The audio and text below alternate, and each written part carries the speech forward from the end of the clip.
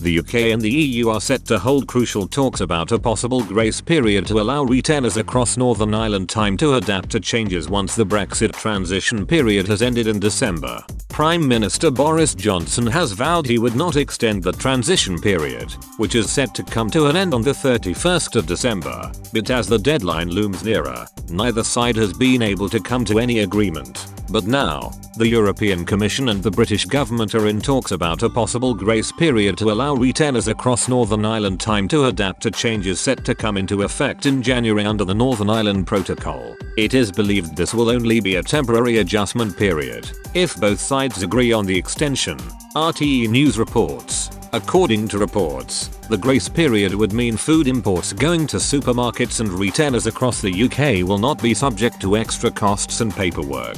Under the Northern Ireland Protocol, which was signed by Mr Johnson and the EU last year, Northern Ireland will remain part of the bloc's single market. This means any supermarkets delivering food to shops across Northern Ireland will have to satisfy rules of origin specifications. Products such as biscuits could be affected if the grain has been sourced from Ukraine or other parts of the EU.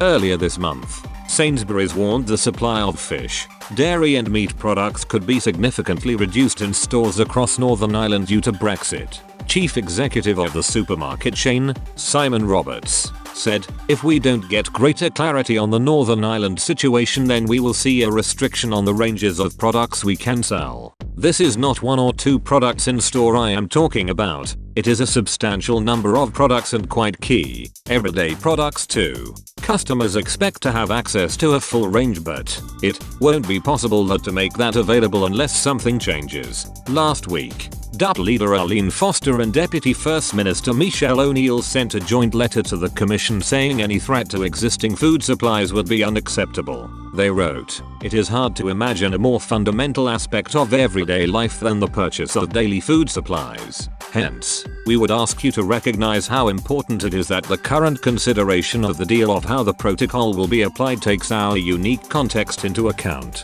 Last week, there was a meeting that included representatives from our main supermarkets here. These representatives have emphasized how critical the current situation is, with a real threat to the continuity of the supply of existing food and other products to our market unless these issues are urgently addressed and solutions found. This is an unacceptable situation for us to be in, especially so late in the process. Dominic Gowdy, head of international trade at the UK's Food and Drink Federation, previously warned, producers are now preparing for this worst case scenario and many are planning to stop supplying the Northern Ireland market after the 1st of January 2021 to make as yet unconfirmed changes required for product labelling or while they assess if it remains a viable option for their business. The UK government has promised Northern Ireland businesses unfettered access on goods going to the rest of the UK, but this does not apply to goods going from Britain to Northern Ireland. A government spokesperson said, "The UK and the EU have committed to an intensified process of engagement to resolve all outstanding issues with the implementation of the Northern Ireland Protocol, which includes securing the flexibilities we need for trade from Britain to